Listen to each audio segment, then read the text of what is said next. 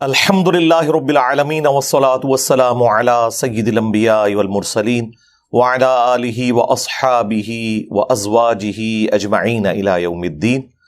الحمدللہ آج 12 فروری 2023 کو سنڈے کے دن ہمارا یہ پبلک سیشن نمبر 81 انشاءاللہ منعقد ہونے جا رہا ہے۔ آپ کے یہ سوالات پرچیوں کی شکل میں ریئل ٹائم میرے پاس آ چکے ہیں، انشاءاللہ ان کو ہم بعد میں ڈسکس کریں گے۔ پہلے کرنٹ افیئر کے طور پر ایک ایشو، پچھلے ویک میں جو ایک انٹرنیشنل ایشو ہے وہ ترکیے میں جو زلزلہ آیا ہے اور شام میں اور ان پورے علاقوں کے اندر، جس میں آلموسٹ کوئی 30,000 کے قریب لوگ شہید ہو چکے ہیں، چونکہ وہ میجورٹی سارے مسلمان ہی ہیں، اور آلموسٹ 1 لاکھ کے قریب جو ہیں وہ زخمی ہیں، اور 50 لاکھ سے زیادہ لوگ بے گھر ہو چکے ہیں۔ ظاہر ہے ایک مشکل وقت ہے ان کے اوپر، اللہ تعالیٰ ان کے لیے آسانیاں اور عافیت والا معاملہ فرمائے۔ جو لوگ اس زلزلے میں شہید ہو چکے ہیں، اللہ تعالیٰ ان کی مغفرت فرمائے، ان کے گناہوں سے درگزر فرمائے، انہیں نیک کاموں کا اجر عطا فرمائے۔ اس طرح کی جتنی بھی ناگہانی موت ہیں وہ شہادت کی کیٹیگری میں فال کرتی ہیں۔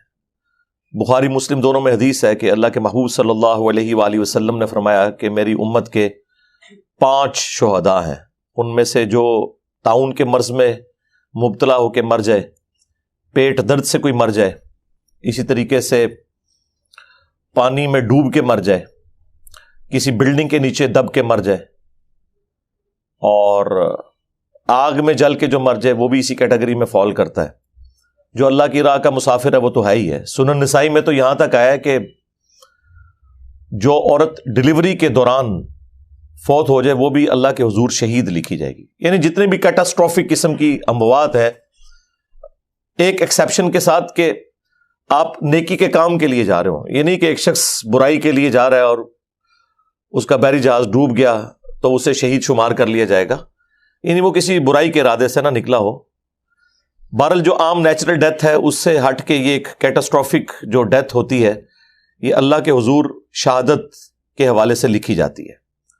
پاکستان میں بھی آپ کو پتہ ہے 8 اکتوبر 2005 کو بہت بڑا زلزلہ آیا تھا، اس میں تو اس سے بھی زیادہ تباہی ہوئی تھی، 1 لاکھ سے زیادہ لوگ شہید ہوئے تھے، اور آج تک اس زلزلے کے جو اثرات ہیں وہ لوگوں کے اوپر موجود ہیں۔ ظاہر ہے کہ لوگ تکلیف کاٹ رہے ہیں، جن کے قریبی لوگ اس میں بچھڑ گئے تھے، اور کتنے لوگ تو اس زلزلے کے بعد پھر سنبھل بھی نہیں سکے فائنینشلی بھی۔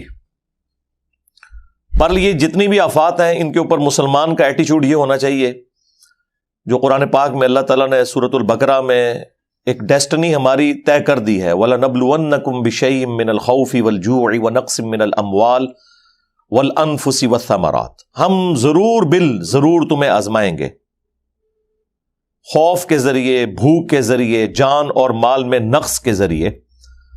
اور پھر دیکھیں گے کہ اہل ایمان کا ایٹیچیوڈ کیا ہے، وہ اللہ تعالیٰ نے خود ہی بتا دیا ہے کہ جب بھی انہیں کوئی مصیبت پہنچتی ہے تو وہ کہتے ہیں انا للہ و انا الیہ راجعون، بے شک ہم بھی اللہ ہی کے لیے ہیں، اسی کی طرف سے آئے ہیں، اسی کی طرف لوٹ جائیں گے۔ تو یہ جو اب مصیبت آئی ہے اس کا بھی اینڈ ہو جانا ہے، یعنی دنیا میں ہر چیز کو موت ہے، مصیبت کو بھی تو موت ہے نا۔ ایٹ لیسٹ مصیبت کو اس دن تو موت آ جانی ہے جس دن انسان خود مر جائے گا۔ اگر کوئی شخص کسی لا علاج مرض کے اندر مبتلا ہے، کینسر کے مرض کے اندر مبتلا ہے، یا اس کے ڈائلسس ہوتے ہیں، یا اور کوئی ایشو ہے، یہ تکلیف وہ کاٹ رہا ہے، لیکن یہ تکلیف اس دن تک ہے جس دن تک اس کی سانسیں چل رہی ہیں۔ جب وہ مر جائے گا تو تکلیف بھی اس کے ساتھ مر جائے گی۔ یہ اس کا مطلب ہے کہ ہم بھی تو اللہ ہی کی طرف سے آئے تھے، ہمیں بھی اللہ ہی کی طرف لوٹ جانا ہے، یعنی الٹیمیٹلی یہ تکلیف کا انجام وہی ہونا ہے جو ہمارا ہے۔ جب ہم دنیا سے چلے جائیں گے تو خود بخود وہ دنیا کی جو تکلیف ہے وہ ہم سے ختم ہو جائے گی، لیکن اصل مصیبت یہ ہے کہ آخرت میں کیا بنا، یہ نہ ہو کہ دنیا بھی برباد اور آخرت بھی برباد، کیونکہ اللہ تعالیٰ نے فرمایا یوم التغابن، آخرت کا جو دن ہے نا، یہ ہار اور جیت کے فیصلے کا دن ہے۔ جیتا وہ جو اس دن اللہ کے حضور کامیاب ہو گیا، ہارا وہ جو اس دن اللہ کے حضور ناکام ہو گیا، والعیاذ باللہ تعالی۔ اللہم احسن عاقبتنا فی الامور کلہا واجرنا من خزی الدنیا وعذاب الآخرہ اللہم ربنا آتنا فی الدنیا حسنہ وفی الآخرۃ حسنۃ وقینا عذاب النار، آمین۔ تو تکلیف میں مسلمان کا ایٹیچیوڈ یہی ہونا چاہیے۔ اور ایک مجھے ضمناً دعا یاد آ گئی، صحیح مسلم میں ہے، ام سلمہ کہتی ہیں کہ جب میرے خامن فوت ہوئے، ابو سلمہ بڑے نیک صحابی تھے، تو وہ کہتی ہیں میں بڑی تکلیف میں تھی، اور اس تکلیف کے عالم میں مجھے رسول اللہ صلی اللہ علیہ وآلہ وسلم کی تعلیم کردہ ایک دعا یاد آ گئی کہ اللہ کے محبوب صلی اللہ علیہ وآلہ وسلم نے فرمایا تھا کہ جو کوئی شخص مصیبت اور پریشانی میں یہ دعا مانگ لے تو اللہ تعالیٰ اسے اس غم میں بہتر نعم البدل عطا فرما دیتا ہے۔ دعا کے الفاظ بھی اسی طرح ہیں، انا للہ و انا الیہ راجعون، یہ تو وہی حصہ ہو گیا جو سورۃ البقرہ میں آیا۔ اس کے بعد اگلے الفاظ ہیں اللہم اجرنی فی مصیبتی واخلف لی خیرا منہا، یہ جھٹکے سے پڑھنا ہے، اللہم اجرنی، چونکہ آگے حمزہ آ رہا ہے تو میم کو جھٹکے سے پڑھنا ہے، فی مصیبتی واخلف لی خیرا منہا، اے اللہ اس مصیبت میں مجھے اجر عطا فرما اور مجھے اس سے بہتر نعم البدل عطا فرما دے۔ ظاہر ہے اللہ تعالیٰ تو نعم البدل عطا فرما سکتا ہے۔ تو وہ کہتی ہیں کہ یہ دعا تو میں نے پڑھی، لیکن میں دل میں سوچتی تھی کہ میرے خامن جیسا تو کوئی رسول اللہ کے ساتھیوں میں ہے ہی نہیں ہے، مجھے اللہ تعالیٰ کس طرح کمپنسیٹ کرے گا؟ تو وہ کہتی ہیں جب میرے عدت کے دن پورے ہوئے تو رسول اللہ صلی اللہ علیہ وآلہ وسلم نے بنفس نفیس خود پیغام نکاح بھجوا دیا، اور وہ ہماری ماں بن گئی، ام المؤمنین سیدہ ام سلمہ سلام اللہ علیہا، اور یہ رسول اللہ کی بیویوں میں سب سے آخر میں فوت ہوئی ہیں 63 ہجری میں، واقعہ کربلا کے بھی بعد۔ واقعہ کربلا ان کی زندگی میں ہوا، انہی کے بارے میں وہ مسند احمد میں حدیث ہے، انہوں نے کہا تھا کہ عراقیوں پہ اللہ کی لعنت ہو، انہوں نے رسول اللہ کے نواسے کے ساتھ یہ کیا، اللہ تعالیٰ انہیں ذلیل و خوار کرے۔ تو ام سلمہ اس وقت زندہ تھی، اور ام سلمہ ہی کا بیان ہے المعجم الکبیر طبرانی کے اندر کہ میں نے حسین ابن علی کی شہادت پہ جنوں کو نوحہ کرتے ہوئے سنا ہے خود۔ نوحہ سے مراد آپ یہ پاکستان انڈیا کا نوحہ نہیں، یعنی مصیبت اور پریشانی کے وقت تکلیف کے ساتھ اپنی آواز کو بلند کرنا، لیکن اس میں کوئی چیخ و پکار نہ ہو، کوئی غلوب پر مبنی الفاظ نہ ہو۔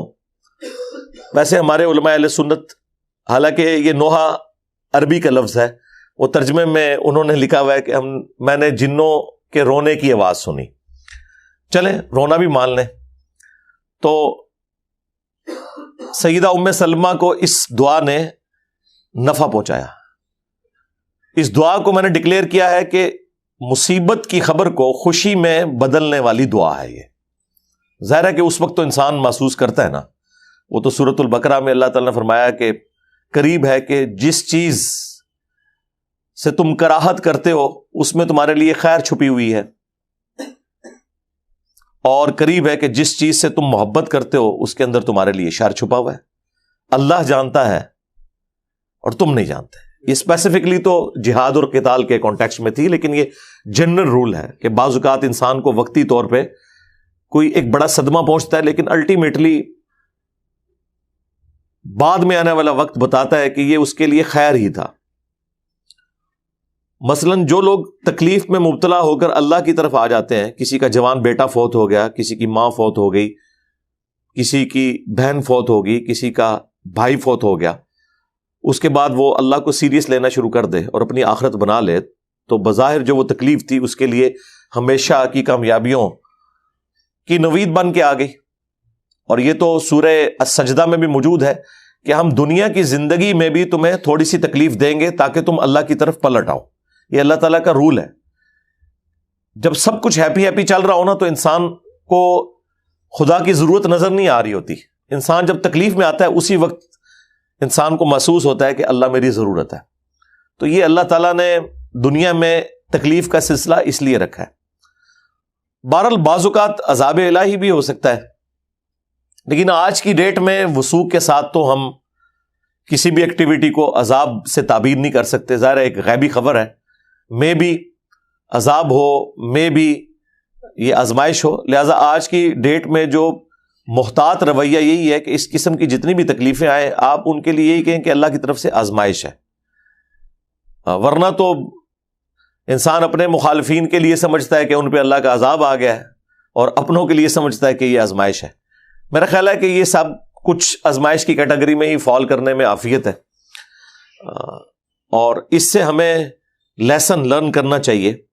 اس قسم کی جو بڑی اموات ہیں وہ پوری انسانیت کے لیے ایک ڈیٹرنس ہے، ایک تنبیہ ہے کہ اس دنیا میں آپ نے ہمیشہ نہیں رہنا،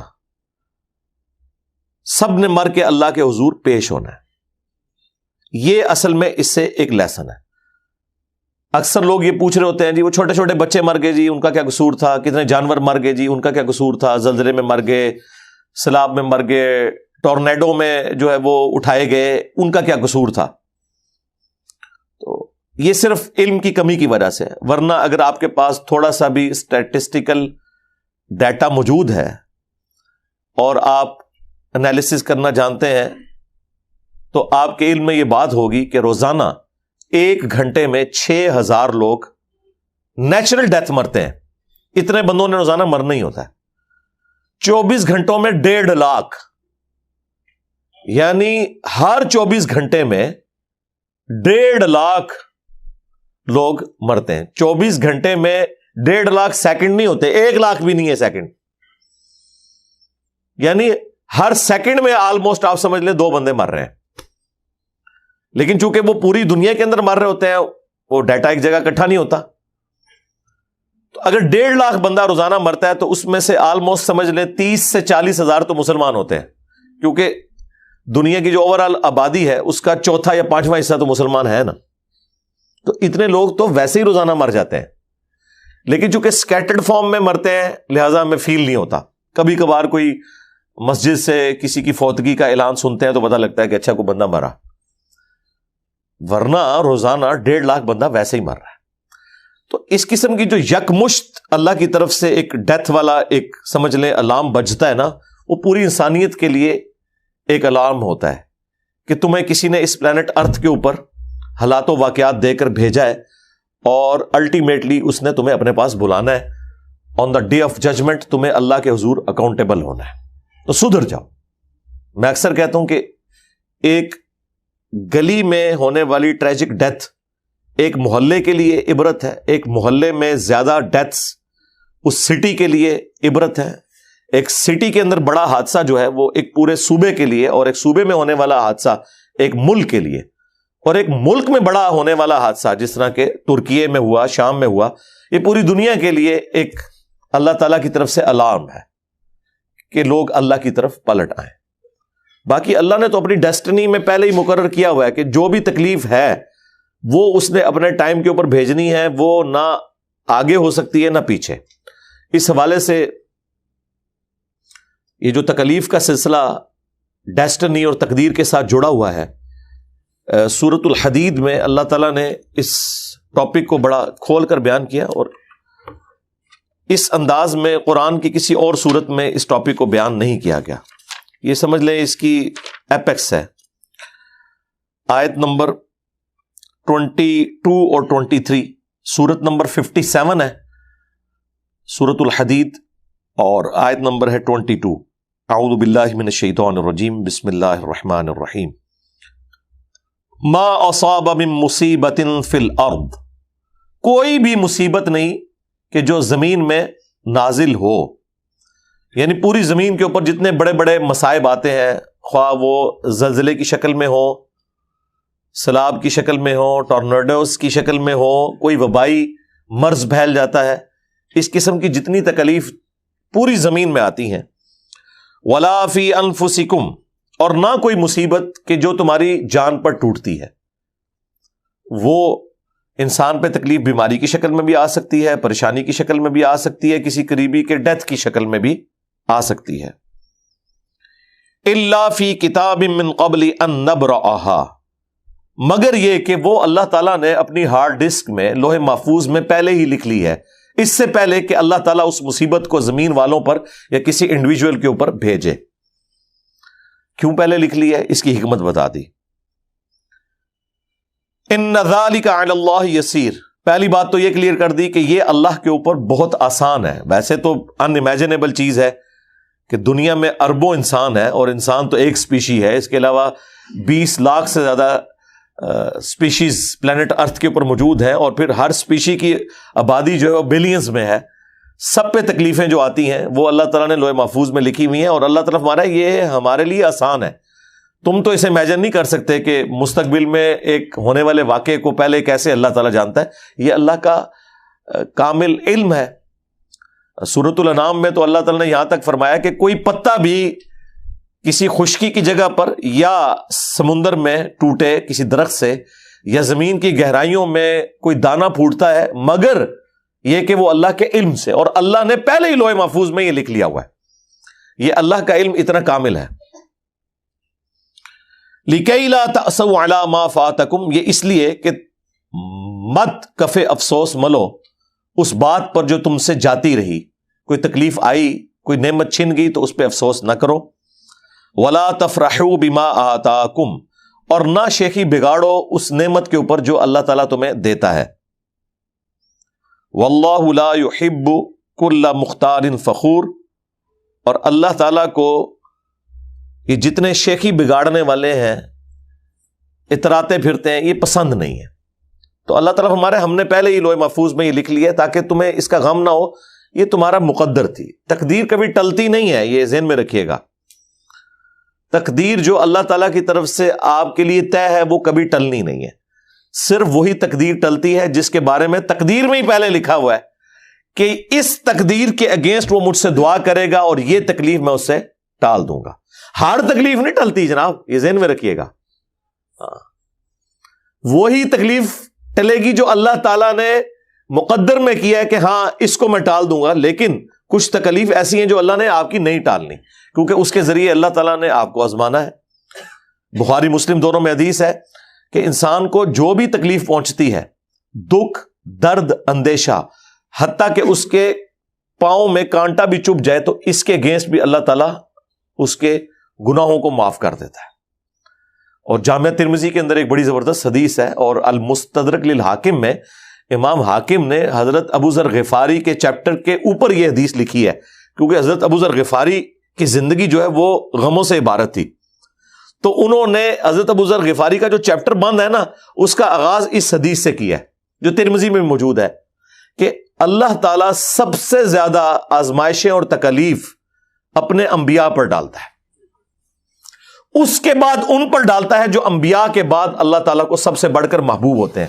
اچھا، اس میں ذکر صحابہ اہل بیت کا نہیں، جو بھی اللہ تعالیٰ کو اس کے بعد محبوب ہے، اور پھر اس کے بعد ان پر جو ان کے بعد بڑھ کر محبوب ہوتے ہیں. حتیٰ کہ انسان تکلیفیں جھیلتا رہتا ہے اور جب دنیا سے اٹھایا جاتا ہے تو بالکل پاک و صاف ہو کر اٹھتا ہے. یہ بعض اوقات اتنے بڑے بڑے لوگوں کو جو تکلیف سے گزرنا پڑتا ہے، بعض کے لیے تو ان کی غلطیوں کا وہ کفارہ بن جاتی ہیں تکلیف، اور بعض کے لیے ان کے درجات بلند ہونے کا سبب بن جاتی ہیں. تو یہ اللہ تعالیٰ نے ایک سلسلہ تکلیف والا رکھا ہوا ہے جی، اس سے تو جان نہیں چھوٹنے والی. لیکن وہی بات ہے کہ ہمارا ایٹیچیوڈ یہ ہے کہ انا للہ و انا الیہ راجعون، اللہم جرنی فی مصیبتی و اخلف لی خیرا منہا. یہ ایٹیچیوڈ ہمارا ہونا چاہیے، ادروائز تو آپ کڑ کڑ کے مر جائیں گے. دنیا تو پھر غموں سے عبارت ہے. یہ اللہ تعالیٰ نے ہر شخص کی زندگی میں مختلف غم رکھے ہوئے ہیں، ٹھیک ہے، اور وہ غم اسے آنے ہیں. تقدیر میں اس قسم کی جو چیزیں ہیں وہ ٹلتی نہیں ہیں. ہاں، کچھ چیزیں جو اللہ تعالیٰ دعا کی برکت سے ٹال دیتا ہے. بخاری مسلم میں حدیث ہے کہ جو شخص یہ چاہتا ہے کہ اس کی عمر دراز کر دی جائے اور اس کے رزق میں اضافہ کر دیا جائے. اب یہ دو بڑی چیزیں ہیں. رزق میں ہر چیز ہے، صرف مال و دولت نہیں، اچھی صحت بھی رزق ہے، اچھی اولاد بھی رزق ہے. اللہ کی ہر نعمت رزق ہے. تو جو چاہتا ہے کہ اس کی عمر بڑھا دی جائے، یعنی اس میں برکت کر دی جائے، یا اس کے رزق میں اضافہ کر دیا جائے، تو وہ اپنے رشتہ داروں کے ساتھ حسن سلوک کرے۔ کام بڑا مشکل ہے، تعویذ دھاگے تو لوگ رشتہ داروں پہ کرواتے ہیں، حسن سلوک نہیں کرتے، باہر کے لوگوں کے ساتھ کرتے ہیں، کیونکہ جیلسی فیکٹر ہوتے ہی رشتہ داروں میں۔ شریکہ ہوتا ہے نا، وہ کہتے ہیں نا شریکہ ہے، وہ آپ کے ساتھ وہ چیزیں شریک کر رہے ہوتے ہیں، اس کو ایک کامنلی، یعنی وہ چیز جہاں پہ کامن انٹرسٹ آ جاتا ہے وہاں پہ پھر جیلسی فیکٹر آ جاتا ہے۔ اسی لیے کہا گیا کہ جو رشتہ داروں کے ساتھ حسن سلوک، اور ظاہر ہے کہ رشتہ داروں کے ساتھ حسن سلوک کا مطلب یہ تو نہیں ہے کہ صرف دو میٹھے بول ہی بولنے ہیں، مراد یہ کہ آپ فائنینشلی ان کی ہیلپ کریں۔ اور آج کے اس پرفتن دور کے اندر تو سب سے بڑا ایشو ہی جو ہے وہ اکانومی بنا ہوا ہے، تو اس قسم کا آپ حسن سلوک کریں تو اللہ تعالیٰ آپ کے رزق میں بھی برکت اور آپ کی عمر میں بھی برکت کرے گا۔ تو یہ چیز اس بات کا ثبوت ہے کہ تقدیر میں ڈیسیژن چینج ہوتے ہیں۔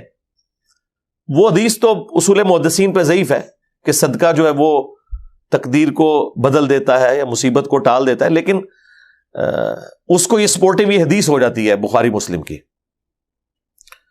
کہ اگر کوئی شخص چاہتا ہے کہ اس کے رزق میں برکت کر دی جائے یا اس کی عمر دراز کر دی جائے تو وہ اپنے رشتہ داروں کے ساتھ حسن سلوک کرے، تو انشاءاللہ تعالیٰ اس کے لیے اللہ تعالیٰ آسانی والا معاملہ کرے گا۔ باقی دعا کے حوالے سے کبھی بھی بے نیازی نہیں ہونی چاہیے۔ اللہ تعالیٰ ناراض ہوتا ہے جو لوگ اللہ سے دعا نہیں کرتے۔ قرآن میں اللہ تعالیٰ نے واضح فرمایا، قال ربکم ادعونی استجب لکم، تمہارے رب نے یہ حکم فرمایا ہے کہ اے میرے بندو مجھ سے مانگو، میں تمہاری دعا کو قبول کروں گا۔ ان الذین یستکبرون عن عبادتی، جو لوگ بھی میری عبادت سے تکبر کریں گے، اور عبادت یہاں پہ اللہ تعالیٰ نے دعا کو فرمایا ہے، اور نبی علیہ السلام نے یہی دعا سے ریلیٹڈ جو آیت ہے سورہ غافر کی، جسے سورۃ المؤمن کہتے ہیں، یہ آیت نمبر 60، یہ تلاوت بھی کی، جو جامع ترمذی میں، سنن ابن ماجہ میں، سنن نسائی میں حدیث ہے، الدعاء هو العبادہ، دعا ہی تو عبادت ہے۔ پھر حضور نے یہی آیت پڑھی، ادعونی استجب لکم ان الذین یستکبرون عن عبادتی، اے میرے بندو مجھ سے مانگو میں تمہاری دعا کو قبول کروں گا۔ جو لوگ بھی میری اس عبادت یعنی دعا مانگنے سے تکبر کریں گے، میں انہیں ذلیل و خوار کر کے جہنم میں داخل کروں گا۔ یعنی اللہ تعالیٰ ناراض ہوتا ہے اس سے جو اللہ سے دعا نہیں مانگتا، یہ ذہن میں رکھیے گا۔ دعا آپ نے مانگنی ہے، چاہے اس کا رزلٹ جو بھی نکلے، اور یہ بھی یاد رکھیں دعا ہر حال میں قبول ہوتی ہے، لیکن وہ 3 موڈز میں چلی جاتی ہے۔ وہ جامع ترمذی میں، مسند احمد میں، مشکات میں حدیث موجود ہے کہ دعا کبھی رد نہیں جاتی، یا تو جو آپ نے مانگا ہے وہ آپ کو دے دیا جاتا ہے، یا اس دعا کے بدلے کوئی اللہ تعالیٰ آپ کی تکلیف ٹال دیتا ہے، یا آپ کو کوئی اور بہتر چیز دے دیتا ہے، یا پھر وہ دعا قیامت کے دن کے لیے سنبھال کے رکھ دی جاتی ہے، اس کے اگینسٹ نیکیاں ملتی ہیں، کیونکہ دعا خود عبادت ہے نا، تو عبادت کے اگینسٹ نیکیاں تو ملیں گی۔ تو کبھی بھی دعا خالی نہیں جاتی، ہاں، اس لیے دعاؤں سے اپنے آپ کو بے نیاز نہیں کرنا چاہیے، اللہ تعالیٰ کی ناراضگی کا سبب ہے جو شخص دعا سے کنی کتراتا ہے۔ اسی لیے دیکھیں کہ ہمارے پروفٹ صلی اللہ علیہ وآلہ وسلم کی پوری مبارک زندگی سینٹرڈ اراؤنڈ گاڈ ہے، کسی موقع پر کوئی دعا نہیں چھوڑی۔ ٹوائلٹ میں بھی گئے ہیں نا تو بخاری میں آتا ہے اللہم انی اعوذ بک من الخبث والخبائث، ہاں، ٹوائلٹ سے باہر نکلے ہیں تو غفرانک، مسجد میں داخل ہوئے ہیں تو دعا، مسجد سے نکلے ہیں تو دعا، ہر موقع کے اوپر اللہ تعالیٰ کو یاد رکھا ہے تاکہ آپ کا ایک تعلق اللہ تعالیٰ کے ساتھ بنا رہے۔ تو دعاؤں سے اپنے آپ کو کبھی بے نیاز نہیں کرنا، یہ دعا ہماری ضرورت بھی ہے اور اللہ تعالیٰ کی طرف سے حکم ہے، اور ایسا حکم ہے کہ سورۃ البقرہ کی جو آیت نمبر 186 ہے، سورۃ البقرہ میں اللہ تعالیٰ نے کیا ارشاد فرمایا، وَإِذَا سَأَلَكَ عِبَادِي عَنِّي فَإِنِّي قَرِيبٌ، اور اے میرے محبوب صلی اللہ علیہ وآلہ وسلم جب میرے بندے آپ سے میرے بارے میں پوچھتے ہیں نا تو آپ فرمائیے کہ میں تمہارے بالکل قریب ہوں۔ اجیب الدعوۃ الداعی اذا دعان، ہر پکارنے والے کی پکار کو سنتا ہوں جب وہ مجھے پکارتا ہے، لیکن فَلْيَسْتَجِيبُوا لِي وَلْيُؤْمِنُوا بِي لَعَلَّهُمْ يَرْشُدُونَ، انہیں بھی چاہیے کہ وہ میرا حکم مانے اور مجھ پر ایمان لائیں جیسا کہ ایمان لانے کا حق ہے۔ تاکہ یہ رشد و ہدایت پا سکے. یہ ون وے ٹریفک نہیں ہے. لیکن یہاں پہ اللہ تعالیٰ نے فرمایا کہ میرے اور میرے بندوں کے درمیان کوئی اور واسطہ نہیں ہے, ڈائریکٹ مجھ سے دعا مانگے. وہ ٹھیک ہے, جامعہ ترمذی میں 2 احادیث موجود ہیں کہ جو شخص اللہ کا ذکر اور درود شریف پڑھ کر اللہ کی طرف متوجہ ہوتا ہے, اللہ تعالیٰ اسے کبھی محروم نہیں لوٹاتا. وہ تو دعا کا پروٹوکول ہے کہ آپ نے پہلے اللہ کی حمد کرنی ہے, اس کے بعد درود شریف پڑھنا ہے. لیکن خالق اور مخلوق کے درمیان کوئی اور واسطہ نہیں ہے. اس حوالے سے ہر شخص اللہ تعالیٰ سے ڈائریکٹ دعا کر سکتا ہے. اس کو ہمارے استاد ڈاکٹر اسرار صاحب کہا کرتے تھے یہ انسانیت کا میگنا کارٹا ہے. وہ گریٹ برٹن جو تھی نا امپائر, ان کے جو کنگز تھے نا, انہوں نے جو اپنا آئین تھا نا اس میں میگنا کارٹا رکھا تھا کہ ہر رعایا میں سے شخص اپنے حکمران سے جا کے سوال کر سکتا ہے. تو یہ انسانیت کا میگنا کارٹا ہے. وَإِذَا سَأَلَكَ عِبَادِي عَنِّي فَإِنِّي قَرِيبٌ. اور نہج البلاغہ میں مولا علی علیہ السلام کی ایک نصیحت ہے اپنے بیٹے حسن ابن علی کو, اور وہ کلیئر کٹ شرک کا دروازہ اکھاڑ کے رکھ دیتی ہے کہ اے میرے بیٹے, جب بھی تو نے مانگنا ہے تو اللہ ہی سے مانگنا ہے. یاد رکھنا حسن, اللہ نے اپنی بارگاہ کے لیے کوئی دربان بھی مقرر نہیں کیا ہوا کہ جس سے اجازت لے کے تم نے اللہ کے پاس جانا ہے. یہ مولا علی مولا حسن کو نصیحت کر رہے ہیں, اور دیکھ لیں ان کے نام کے اوپر لوگ یا علی مدد کہہ رہے ہیں. مولا علی تو بری ہیں اس شرک سے جو لوگوں نے ان کی طرف منسوب کیا, جس طرح عیسیٰ ابن مریم بری ہیں اس شرک سے جو لوگوں نے ان کی طرف منسوب کیا. یعنی مولا علی تو اپنے بیٹے کو کہہ رہے ہیں کہ کوئی دربان بھی نہیں ہے اللہ کا, جب بھی دعا کرنی ہے اسی سے کرنی ہے. تو مولا علی نے تو نہیں کہا کہ تو نے میرا بیچ میں واسطہ ڈال لینا ہے اپنے باپ کا یا اپنے نانا کا. کوئی نہیں. کوئی ایک آیت, کوئی ایک حدیث ایسی نہیں موجود, نہ سنیوں کے ہاں نہ شیعہ کے ہاں, جس میں ہو کہ آپ نے بیچ میں بندہ کوئی اس طریقے سے داخل کرنا ہے. ہاں, وسیلہ اور توسل کے طور پر آپ کسی نیک آدمی سے دعا کروائیں وہ الگ بات, وہ تو آپ کروا سکتے ہیں, لیکن اللہ اور مخلوق کے درمیان کوئی واسطہ اس حوالے سے کوئی نہیں ہے. قرآن کی ساری دعائیں ربنا سے شروع ہوتی ہیں. ہاں وہ ٹھیک ہے, بخاری میں حدیث ہے 1010, مشکات میں موجود ہے. سیدنا عمر کہتے ہیں کہ اے اللہ, جب تک تیرے نبی ہم میں موجود تھے, انا کننا نتوسل الیک بنبینا, بے شک ہم پہل تیرے نبی کے ذریعے تیری طرف توسل اختیار کرتے تھے. ہم تیرے نبی کے چچا کو اب لے کے آئے ہیں, ان کی دعا کی برکت سے بارش نازل فرماتے ہیں. لیکن دعا انہوں نے بھی اللہ سے کی ہے, یہ ذہن میں رکھیے گا. اور یہ باتیں جب آپ مسلمانوں کو بتاتے ہیں تو مسلمانوں کا گیر کیسا الٹا لگا دیا علماء سو اور شیاطین نے, جو انسانی شکل میں ممبروں پہ اکثر پائے جاتے ہیں کہ جی اچھا جی اب اللہ سے ہی مانگنا ہے تو روٹی پھر امی سے نہ مانگے. اندازہ کریں, یہ قرآن کا مذاق اڑا رہے ہوتے ہیں ایاک نعبد و ایاک نستعین کا. یار اس کا یہ مطلب کب سے تھا, حالانکہ ان کو بھی پتا ہے. یہ قرآن میں آیت ہے وَتَعَاوَنُوا عَلَى الْبِرِّ وَالتَّقْوَى وَلَا تَعَاوَنُوا عَلَى الْإِثْمِ وَالْعُدْوَانِ, نیکی اور پرہیزگاری کے کاموں میں ایک دوسرے کی مدد کرو اور برائی میں الگ رہو. یہ دنیا کو اسباب سے اللہ نے جوڑا ہے. دنیا میں یہ نہیں ہونا کہ آپ نے 100 دفعہ بسم اللہ شریف پڑھی ہے تو آپ کا پیٹ بھر جائے گا, اور 100 دفعہ درود شریف پڑھے تو پیاس ختم ہو جائے گی. نہیں, اسباب کے ساتھ جوڑا ہے. لیکن جو دعا ہے وہ خاص اللہ کے ساتھ ہے. اَمَّن يُجِيبُ الْمُضْطَرَّ اِذَا دَعَاهُ, یہ وہ آیت ہے سورۃ النمل کی آیت نمبر 62 جو شیعہ کے صبح شام کے اذکار میں. ترجمہ نہیں پڑھتے. جنہوں نے ترجمہ پڑھا ہمارے اسٹوڈنٹس نے اللہ کے فضل سے شرک چھوڑ دیا. بھلا بتاؤ تو کون ہے جو مصیبت اور پریشانی میں گھرے ہوئے شخص کی فریاد کو سنتا ہے, وَيَكْشِفُ السُّوءَ, اور اس سے اس کی تکلیف کو دور کر دیتا ہے, وَيَجْعَلُكُمْ خُلَفَاءَ الْأَرْضِ, اور زمین پر تمہیں اگلوں کا خلیفہ کرتا ہے. یعنی ایک آ رہا ہے اور دوسرا دنیا سے جا رہا ہے, تمہیں تمہارے ماں باپ کا خلیفہ کیا, تمہاری اولاد کو تمہارا خلیفہ کیا. اِلَٰهٌ مَّعَ اللَّهِ, کیا اللہ کے ساتھ کوئی اور معبود بھی ہے؟ قَلِيلًا مَّا تَذَكَّرُونَ, بہت کم ہی نصیحت حاصل کرتے ہو. یعنی اللہ تعالیٰ فرما رہا ہے کہ جو شخص اللہ کے سوا کسی اور سے دعا کرتا ہے گویا کہ اسے معبود بنا لیا اس نے. بارش کون برساتا ہے؟ اللہ. ڈیوٹی کس کی ہے؟ فرشتوں کی. بارش اگر ہم نے فرشتوں سے مانگ لی تو مشرک. نبی علیہ السلام تو بخاری مسلم میں آتا ہے صلاۃ الاستسقاء پڑھتے تھے, بارش کی نماز اور دعا اللہ سے مانگتے تھے. کبھی کسی کو خیال نہیں آیا کہ یار فرشتوں کی ڈیوٹی لگی ہے, کہتے ہیں بزرگوں کی ڈیوٹیاں لگی ہوئی ہیں. فرشتوں کی نہیں ڈیوٹیاں لگی ہوئی. اور سب سے بڑا بزرگ اگر پلانٹ ارتھ پہ کوئی ہے نا وہ سورج ہے. یہ اتنا بڑا میں نے ان کو پھکی نہیں پھکا دیا ہے کہ سب سے بڑا اگر کوئی مشکل کشا ہے نا دنیاوی اسباب میں, کہتے ہیں دیکھیں جی اگر ایک پیناڈول کی گولی مشکل کشا ہو سکتی ہے تو ہمارے بابے کیوں نہیں مشکل کشا ہو سکتے؟ اندازہ کریں, یہ ان لوگوں کی عقل کا لیول ہے. سرکاری پیناڈول کی گولی تو چھوڑ دیں, سب سے بڑا جو مشکل کشا ہے نا یہ سورج ہے. سورج اگر نہ ہو تو نہ زمین کے اوپر موسم بدلیں, نہ ہوائیں چلیں, نہ بارش ہو, نہ ہماری فصلیں پک کر تیار ہوں.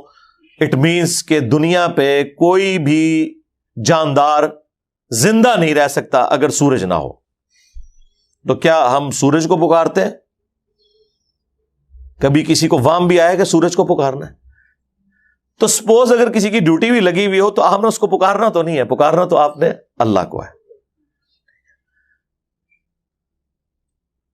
یہ ایک مسلمان کا بنیادی عقیدہ ہے جو اسے مرتے دم تک سمجھانا پڑتا ہے, اور بڑی شرم آتی ہے. اس کی وجہ یہ ہے کہ قرآن چونکہ انہوں نے پڑھا نہیں ہے تو پھر غلط چیزیں منسوب کریں گے اپنے بزرگوں کی طرف, بابوں کی طرف. اور توحید کے بغیر تو نہ آپ کی محبت رسول آپ کے کام آنی ہے, نہ محبت اہل بیت نے کوئی نفع دینا ہے, نہ آپ کا عشق صحابہ کسی کام کا ہے اگر آپ نے توحید کو مضبوطی سے نہیں پکڑا. اس کائنات کی تخلیق کا مقصد ہی عقیدہ توحید ہے, اللہ کی پہچان ہے. بالکل, اگر یہ نہیں ہے تو باقی ساری چیزیں ختم ہیں. انبیاء دنیا میں کس لیے آئے ہیں؟ ویسے تو فخریہ بتایا جاتا ہے کہ جی وہ حضرت حسین ابن علی جو ہیں وہ کربلا میں بھی نماز پڑھ رہے تھے. اچھا, تو آپ نے 10 محرم کو نماز نہیں پڑھنی, باقی سارے کام کرنے. جی مولا علی بھی فجر کی نماز کے لیے جا رہے تھے تو شہید ہوئے, تو مولا علی کے غم میں آنسو تو بہانے ہیں لیکن جس نماز کے لیے وہ جا رہے تھے وہ نہیں پڑھنی. تو یہ کون سا عشق اہل بیت ہے؟ یہ کون سا عشق رسول ہے کہ آپ ان تعلیمات کو چھوڑ کر اپنے بابوں اور فرقوں کے بزرگوں کی بتائی ہوئی تعلیمات کے پیچھے چلنا شروع کرتے ہیں؟ تو بات شروع ہوئی تھی وہ ترکیے کے زلزلے سے. ظاہر ہے دل تو دکھتا ہے ہمارا. بخاری مسلم دونوں میں حدیث ہے, اللہ کے محبوب صلی اللہ علیہ وآلہ وسلم نے فرمایا کہ تمام دنیا میں جتنے بھی مسلمان ہیں وہ ایک جسم کی مانند ہے, باہمی اخوت میں, بھائی چارے میں, محبت کے اندر. اگر جسم کے کسی ایک حصے کو تکلیف ہو تو پورا جسم اس تکلیف کو محسوس کرتا ہے. اور مسلم شریف میں تو یہاں تک الفاظ ہیں کہ اگر آنکھ میں تکلیف ہوتی ہے تو پورا جسم رات کاٹ کے گزارتا ہے. یعنی ظاہر ہے کہ یہ اللہ تعالیٰ نے ایک نیچرل اس طرح کا رکھا ہے, اور یہ ہمارے ایمان کا ایک تقاضا بھی ہے نا جی, کہ ہم بخاری مسلم میں حدیث ہے اللہ کے محبوب صلی اللہ علیہ وآلہ وسلم نے فرمایا کہ مؤمن وہ ہے کہ جو اپنے لیے پسند کرتا ہے وہی اپنے بھائی کے لیے پسند کرے. تو ہم کبھی بھی اپنے لیے نہیں پسند کرتے کہ ہماری فیملی اس طریقے سے روڈوں پہ آ جائے ایک تکلیف کی وجہ سے, لیکن ظاہر ہے ایک تکلیف سے وہ گزر رہے ہیں. ہمیں اپنے اینڈ پہ ان کے لیے دعا بھی کرنی چاہیے, اور جو لوگ صاحب ثروت ہیں ان کا کام ہے کہ جو این جی اوز ایمانداری کے ساتھ اس حوالے سے کام کر رہی ہیں, جس طرح جماعت اسلامی کی الخدمت فاؤنڈیشن پوری دنیا میں جہاں کہیں بھی مسلمانوں پہ برا وقت آتا ہے, چاہے برما کے مسلمانوں پہ, کشمیر کے مسلمانوں پہ, شام میں, عراق کے اندر, اور ابھی اس حوالے سے بھی ان کی ایڈورٹیزمنٹ چلنا شروع ہو گئی ہیں ٹی وی چینلز کے اوپر, شام اور ترکیے کے حوالے سے. تو ان لوگوں کو آپ اس حوالے سے سپورٹ کریں تاکہ آپ کا جو دیا ہوا مال ہے وہ اللہ کی راہ میں صحیح جگہ پہ لگ جائے. زکوٰۃ میں سے دیں اور ردی مال نہ بھجوائیں, زکوٰۃ میں سے نکالیں, اور اگر کسی کی زکوٰۃ ختم ہو گئی ہے تو وہ اگلے سال کی ایڈوانس بھی نکال کے دے سکتا ہے. تو جو لوگ دے سکتے ہیں وہ ضرور دیں, اس میں پیچھے نہ ہٹیں.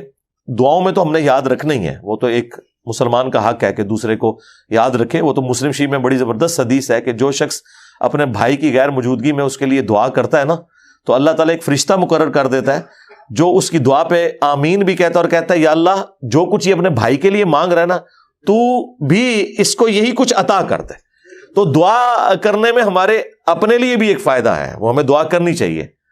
اینڈ پہ میں دوبارہ سے دعا کروں گا ان تمام لوگوں کے لیے جو اس میں شہید ہوئے کہ اللہ تعالیٰ ان کی مغفرت فرمائے, اور جو اس میں زخمی ہیں جلد از جلد اللہ تعالیٰ انہیں شفا دے, اور جو لواحقین ہیں انہیں اس تکلیف پر صبر دے، اس صبر کے اوپر اجر عظیم عطا فرمائے۔